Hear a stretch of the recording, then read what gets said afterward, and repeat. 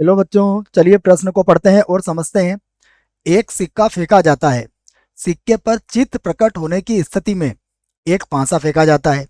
यदि पांसे पर विषम संख्या प्राप्त होती है तो पांसे को पुनः फेंका जाता है। प्रतिदर्श समष्टि ज्ञात कीजिए। तो प्रश्न को हल करने से पहले प्रश्न के लिए हम मुख्य अवधारणा लिख लेते हैं। देखो, प्रश्न की मुख्य अवधारणा जिसकी सहायता से हम इस प्रश्न को हल करेंगे। तो मुख्य अवधारणा में हम प्रतिदर्श समष्टि को समझेंगे कि प्रतिदर्श समष्टि क्या होता है, उसकी परिभाषा को भी हम यहाँ पर लिखेंगे। तो मैं यही लिखूंगा, देखो, कि यादृच्छा प्रयोग से यादृच्छा प्रयोग से प्रयोग से यादृच्छा प्रयोग से प्राप्त सभी प्राप्त सभी प्राप्त सभी संभव परिणामों।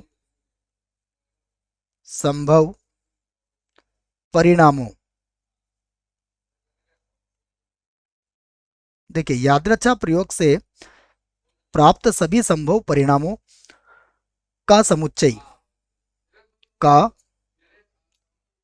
समुच्चय का समुच्चय प्रतिदर्श समष्टि कहलाता है। प्रतिदर्श समुच्चय प्रतिदर्श समष्टि कहलाता है। समष्टि कहलाता है। तो यह जो मैंने परिभाषा आपके लिए लिखी है, यह किसकी परिभाषा है? यह परिभाषा है प्रतिदर्श समष्टि की। तो अब आप समझ गए होंगे कि प्रतिदर्श समष्टि क्या है और इसी को हमें यहाँ प्रश्न में ज्ञात करना है।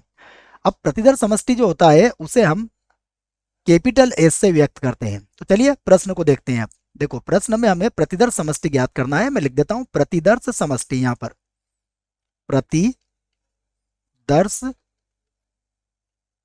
समष्टि।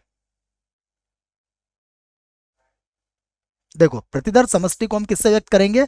इसे हम एस से व्यक्त करेंगे। और अब देखिए, प्रश्न में हमसे क्या कहा गया? एक सिक्का फेंका जाता है, सिक्के पर चित्त प्रकट होता है। तो देखो, सिक्के पर अगर चित्त प्रकट होता है अर्थात एच प्रकट होता है, तो आपको क्या करना है? आपको यह करना है कि उसके बाद एक पांसा फेंकना है। तो देखो, पांसे पर क्या आ सकता है? एच के साथ एक आ सकता है। अब अगर आपने कहा गया है कि पांसा फेंका जाता है और पांसे पर विषम संख्या प्राप्त होती है तो उसे पुनः फेंका जाता है। तो देखो, एक क्या है? विषम संख्या है। इसका मतलब फिर से हम एक बार पांसे को फेंकेंगे तो उस पर कितना आ सकता है? पांसे पर एक आ सकता है। तो हम इसको लिख सकते हैं H11। या फिर ये बन सकता है H1 और फिर यहाँ आ सकता है 2। हो सकता है क्योंकि हम बाद में भी पांसा ही फेंक रहे हैं। ये हो सकता है कि H1 और यहाँ पर 3 आ जाए। देखो, यह भी संभव है कि H1 और इसके बाद कितना आ जाए? 4 आ जाए, क्योंकि पांसे पर तो 1 2 3 4 5 6 कुछ भी आ सकता है। इसी प्रकार हो सकता है H1 और यहाँ पर कितना आ जाए? 5 आ जाए। इसी प्रकार हम यहाँ लिख देते हैं इसको, या फिर यहीं पर लिख देते हैं H1 और यहाँ आ जाएगा 6। संभव है। अब देखिए, उसके बाद H, देखो पांसे पर 1 आया था, अब पांसे पर हो सकता है 2 आ जाए। अगर पांसे पर 2 आता है तो कोई समस्या नहीं है, क्योंकि हमसे कहा गया है कि यदि विषम संख्या प्राप्त होगी तभी हम पांसे को पुनः फेंकेंगे। तो फिर देखते हैं, एच के साथ 3 आ गया तो हमें पांसे को दोबारा फेंकना पड़ेगा, अर्थात H3 1। अब बनेगा H3 2। इसके बाद बनेगा H3 और 3, ये बनते चले जाएंगे। उसके बाद होगा H3 और 4 भी आ सकता है। यहाँ पर देखिए, ये हो सकता है H3 और यहाँ पर 5 भी आ सकता है। इसी प्रकार हम इसको आगे लिख लेते हैं। देखो, तो ये हो जाएगा H, उसके बाद 3 और उसके बाद 6 भी आ सकता है। अब फिर से देखिए, वही बात है, पांसे पर हमने H के साथ 1 ले लिया है, H के साथ 2 भी आ गया है, H के साथ 3 भी आ गया है।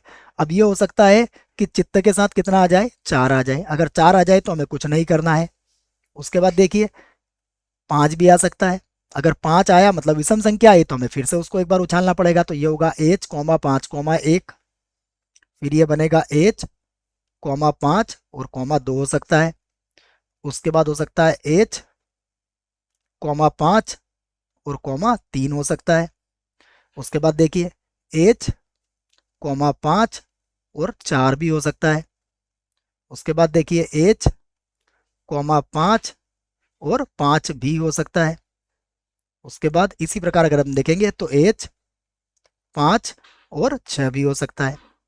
अब देखिए हमने चित्त के साथ 5 भी आ चुका है। अब मान लीजिए चित्त के साथ क्या आ गया, 6 आ गया। 6 आ गया तो हमें कुछ नहीं करना है। उसके बाद एक स्थिति और बचेगी। देखो अभी तक क्या हुआ था, सिक्के पर केवल एच या फिर चित्त प्रकट हुआ था, तो सिक्के पर क्या हो सकता है, पट्ट भी प्रकट हो सकता है। तो यहाँ पर टी भी आ सकता है, तो हमने टी का भी एक स्थिति बना ली। और ये सभी हमारे प्रतिदर्श समष्टि के अवयव होंगे। आशा करता हूँ आपको इस प्रश्न का उत्तर समझ में आया होगा। धन्यवाद।